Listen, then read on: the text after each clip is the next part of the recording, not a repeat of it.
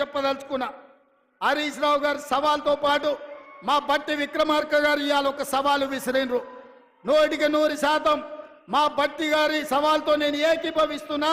వ్యవసాయ రంగమైన, సాగునీటి ప్రాజెక్టులైనా, లేకపోతే సంక్షేమ పథకాలైనా మా పార్టీ తరఫున బట్టి గారు, ఉత్తమ్ గారు వస్తారు. హరీష్, కేసీఆర్ ఎవడెవడు వస్తాడో, లేకపోతే బావ బామార్తులు బిల్లా రంగాలు వస్తారో, ఏ సెంటర్ అయినా, ఏ చౌరస్తైనా, అమరవీరుల స్తూపమైన మే సిద్ధం.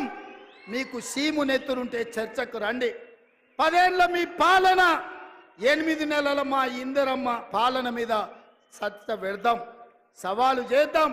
తెలంగాణ సమాజాన్ని న్యాయం చెప్పమని అడుగుదాం.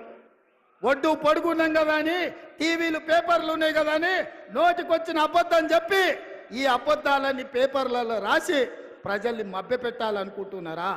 ఇవాళ నిజంగానే హరీష్ రావు, నువ్వు చెప్పింది నిజమైతే, కాంగ్రెస్ పార్టీ పేదలకు అన్యాయం చేస్తే నువ్వే సవాలు విసిరినావు కదా, సిద్దిపేట రాజీనామా చేస్తా అని రాజీనామా చెయ్యి.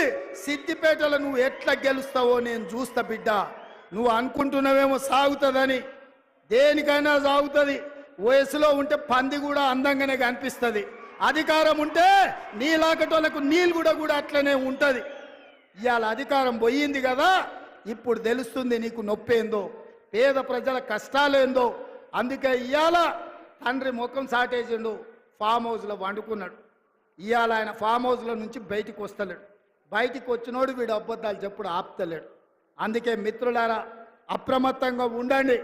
అయ్యో పాపం అని సానుభూతి చూస్తారా అంటే నాగు పాముకు కాల నాగుకు పాలు పోసినట్టే అవుతుంది బీఆర్ఎస్ సోనిగిన మళ్ళీ దగ్గరికి రానిస్తే.